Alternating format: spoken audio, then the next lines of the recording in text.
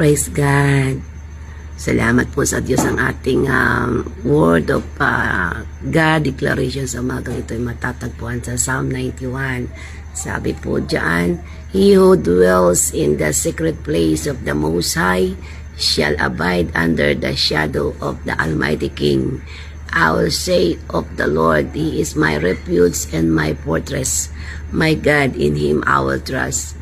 Surely He shall deliver you from the snare of the fowler and from the perilous pestilence. He shall cover you with His feather, and under His wings you shall take refuge. In His truth shall be your shield and buckler. You shall not be afraid of the terror by night, nor the arrow that flies by day, nor by the pestilence that walk in the darkness, nor of destruction. 1,000 may fall beside you, and 10,000 at your right hand, but still not come near you. Napakaganda po ng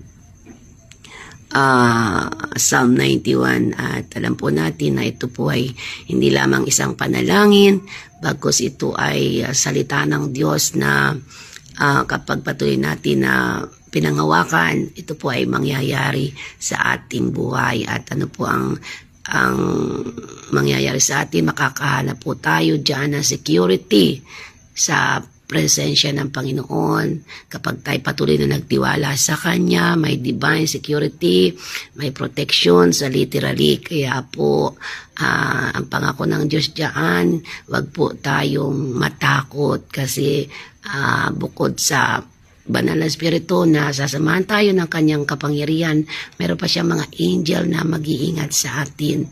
Ang gagawin lang po natin ay patuloy na magtiwala sa Kanya ng buong puso kasi po siya ang author ng ating buhay, ng ating pananampalataya. Kaya po patuloy po natin panghawakan ang mga pangako at the more na dinideklara natin ang Psalm 91, ito po ay magiging buhay sa ating mga buhay at naandyan parati po ang pagsama ng Diyos. Amen. Manalangin po tayo.